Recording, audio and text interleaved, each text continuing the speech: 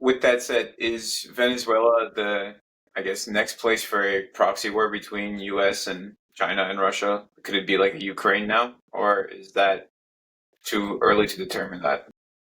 So I would say that certainly it's not a proxy war, and again it depends on how we understand a proxy war. But if we go back to the Cold War and we think about the U.S. versus the Soviet Union, in which you had a Soviet Union that was actively trying to use subversion, support for guerrilla forces to overthrow governments, or reciprocally in cases like Nicaragua, where you had a Soviet-backed government and the U.S. supporting guerrillas such as the Contras out of Honduras to try to again overthrow that communist regime.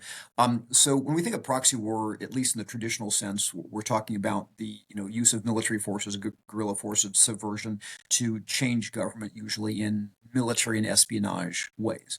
To me, that really isn't what's going on with China. I mean, there is, for me, the nature of China's competition in the Americas and elsewhere. It's first and foremost about China getting what it wants in terms of access to raw materials, access to markets, dominating key technology sectors, but also reshaping the global institutions for a world that's more amenable to China, doing certain things in the digital space to get access to data about foreign government decision making, about commercial intellectual property and things like that.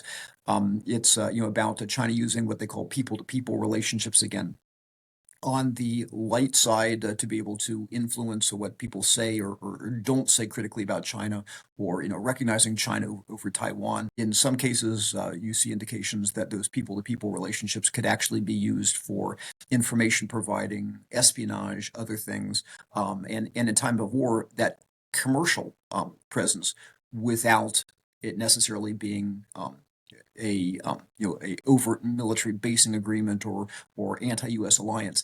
That commercial presence could be used by state-owned companies like Costco to be able to act against the U.S. So, having said that, you say, well, is there a proxy war with the U.S. and China going on in Venezuela?